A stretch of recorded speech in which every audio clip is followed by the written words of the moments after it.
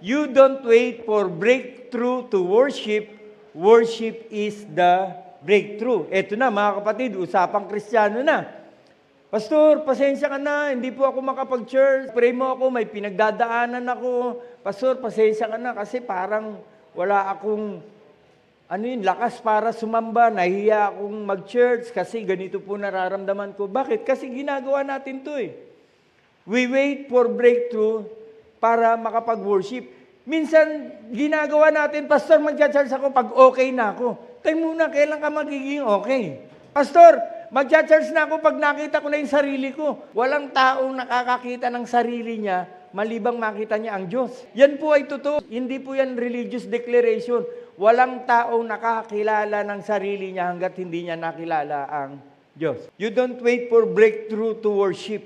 Worship is the breakthrough. Kaya nga si Paul and Silas, in the middle of the night, dun sa gitna ng kadilim-dilimang kulungan, ang hirap ng posisyon, nakakadena ang paa mo, they choose to worship.